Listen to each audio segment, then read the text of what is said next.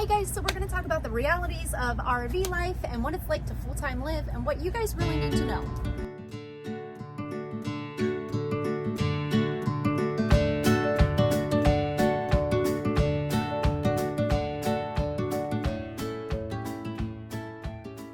So simple tasks can be a huge pain in the butt. Things like running your AC units but you can't run your microwave, or turning off your Ninja Foodie because you want to run a third AC unit, or emptying the black tank, for instance, and you've got to go all the way outside. It might be raining or whatnot. Those little things add up, so they make it a huge inconvenience.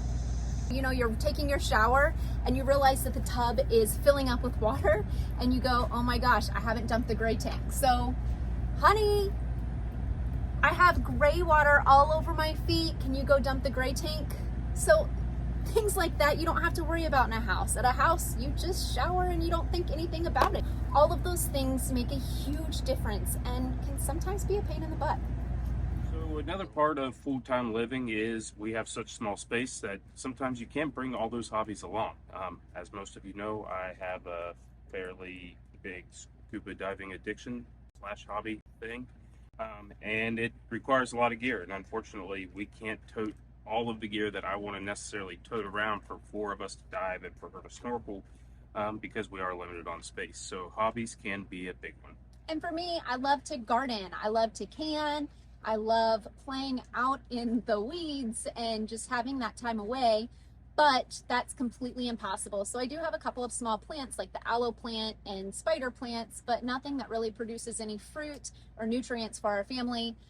So I really, really miss gardening, but that's one of these sacrifices that we've made whenever we travel full-time. So one of the hardest parts for me is this small space. I like everything super, super clean and decluttered, and we're minimalistic by trait. So for me, yes, the RV has a minimalistic vibe, but the problem is it also gets messy super fast and super easy. So I feel overwhelmed quite a few times during the week, and we clean up, and it's a quick cleanup, but it's those stresses that happen more frequently than whenever we had a house with a mortgage. And so that tends to be a little bit more problematic for our family because everything has a space, but it doesn't mean it's always in its space. So getting everything where they need to go with 3 kids and a husband, it can be kind of challenging. I have a wife, I have 2 teenage daughters, and a preteen son in this RV. We have a bath and a half, which is great, but it's still not enough bathroom space. So sometimes travel days, they can just be exhausting.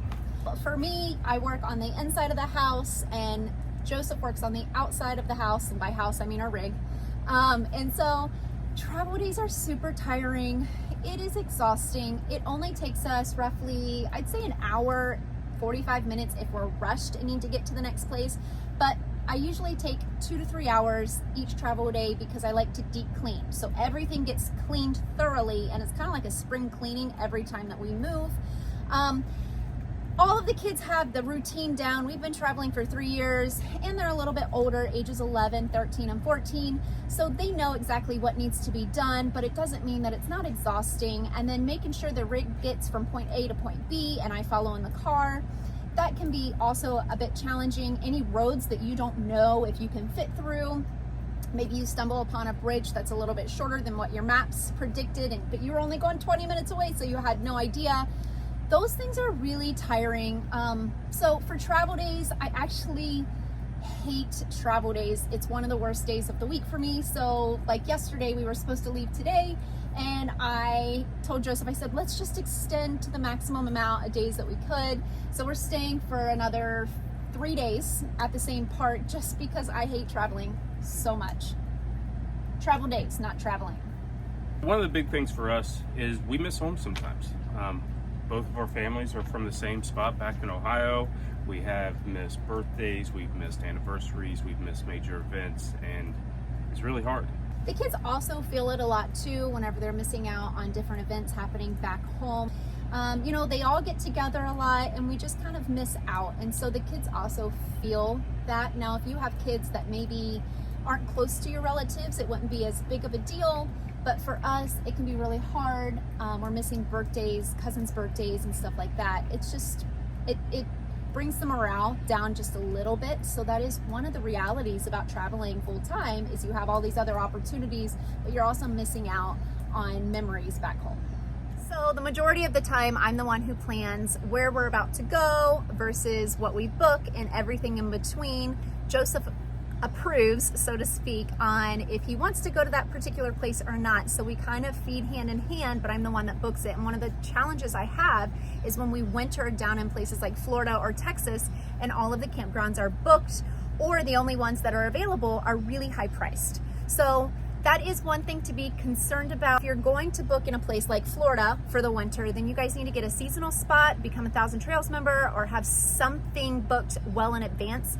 Otherwise, you're going to be doing a day over here, 2 days over there, 3 days over here, a day over here, and that is going to be absolutely miserable if you have kids or you want to enjoy the nightlife, because you're going to have to get up and be out of the park by 11 a.m.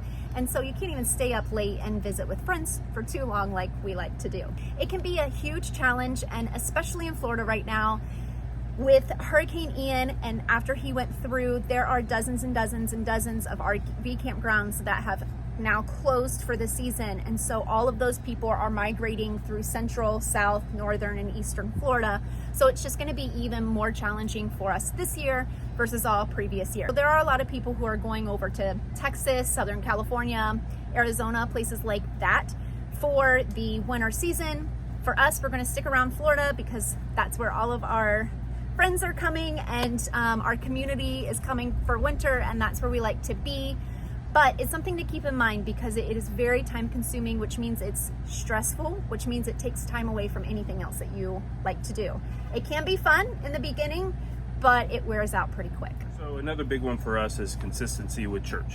We've been checking out different churches while we travel online, and it's just not the same as when you're going into your local church and your local church family. Also, we miss sports. Our kids were very active in sports. We had baseball player and dancer and a few other sports sprinkled in there. And with traveling, there's just not enough time. We're usually not in one spot for a season long enough, or plugged into the local school system to be able to get involved. You can get on some local teams depending on where you're at and how long you're going to be there, but it is still a little different. It's not the same type of camaraderie that our kids may have had back home with their friends that they had been going to school with every day. So there is a little bit of a hurdle to deal with there, but it's also an opportunity for them to get to meet other kids. So one of the biggest hurdles is whenever you're traveling full time and you're getting ready and you're so excited, those first couple of months are super awesome. But that wears down and you realize, oh my gosh, I have laundry, I have dishes, I have to still work so I can afford food. I still have to school my kids. I still have to do all of these things that I had to do in my house. But now I've got to do it on the road in between travel days and really schedule around those things. So while it does feel like vacation sometimes, maybe you're going down to the Keys for 2 weeks and you eliminate everything and you've stocked up on groceries and your kids, you're not going to have them do school. The reality is that's the only time. So all the other times you still have to buckle down and you get to enjoy the evenings. But during the day, you're in your tiny home getting all of these other things done. So make sure that you like the people that you're going to full time with, that you actually like your kids, that you like your husband, that you want to spend time with them, because everything comes out in the open and there are no holdbacks whenever you're traveling full time. Get real close. Nothing. Overall, we really do love this lifestyle. It's been 3 years on the road. We've met a lot of amazing cultures and people. We've made new friends. We've connected with old friends. It's absolutely amazing, but you need to know the realities of it and what you're getting yourself into before you just sell everything and think you're going on vacation full time, because that's just not the case. So have a savings, have fun, be adaptable to change, know that you're not going to always get the RV park that you want, or know that you're going to have to leave sooner than you anticipate, or know that you're not going to see every single site that you wanted to, like as if you were on vacation. And just enjoy it and accept everything that comes your way, be open-minded, and I think you guys will have a really great time, but just have realistic expectations. Safe travels. See you on the road.